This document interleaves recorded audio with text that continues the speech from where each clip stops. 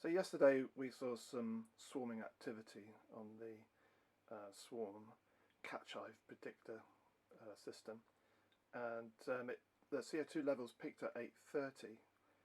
So given that ambient levels are about 420 where I live, that's quite a significant increase. That's double the CO2 level. But looking at the graph today, so we're looking at that purple line there. You can see the peak right in the middle of the frame, and during the night time it's sort of ebbed off a little bit, but then it's come back up a little bit, so it's definitely worth investigating. So even the night time it was still at about 750, and at the moment all tasks have now been completed.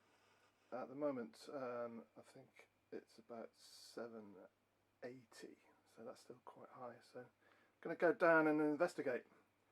Let's have a look, see what's there. I don't have to necessarily open it, but a lot can be found out just by like tapping the side of the hive, and if you can hear like a deep like buzzing noise of like 1,000 bees, then that means that the hive is full of a new colony. And then the next step would be to try and slowly move the hive. I mean, really slowly. You have to move it to like about a foot every day, but the ladder actually works really well as a aid to moving the hive, which hopefully I'll be able to demonstrate later on in the project, maybe even today, who knows. Let's have a look.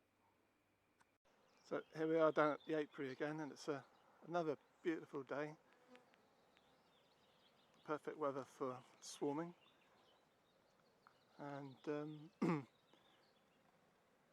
we look up there, so I'll put the ladder up there, there's still quite a few bees mooching about outside that entrance. And interestingly, down here on the ground, on my trailer of bits, there's bees seem to be checking out this hive as well. They've not made a nest in there, so I've opened it up already, but if you can have a look, open it, nothing in there, just bees messing about at the entrance. What they're doing, I don't know.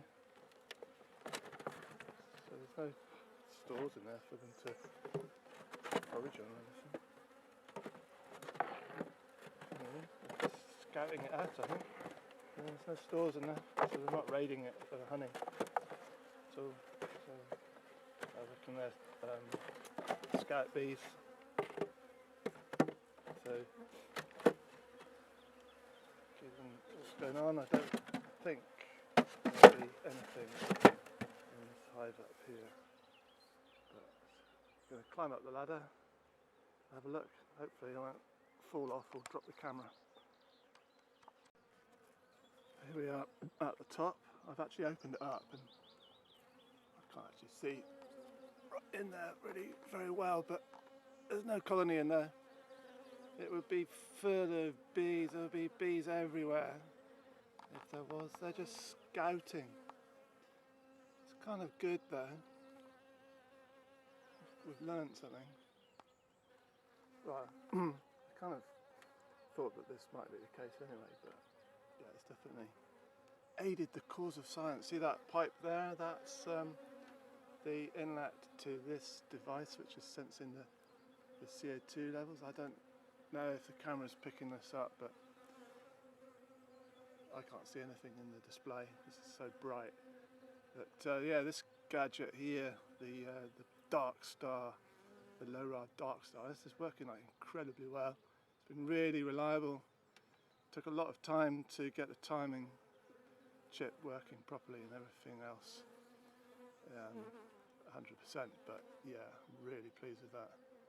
It does get a bit hot, so it might be worth trying to put in some kind of tiny little fan in it to suck the air from the hive through the tube into the device and then out to the environment. But it doesn't seem to care. It gets up to 50 degrees centigrade and just carries on. It's not really bothered. So let's close this back up and leave them to it. I think it might just take a couple of days before the swarm arrives. who knows where it is? It could be anywhere within a 3-mile radius.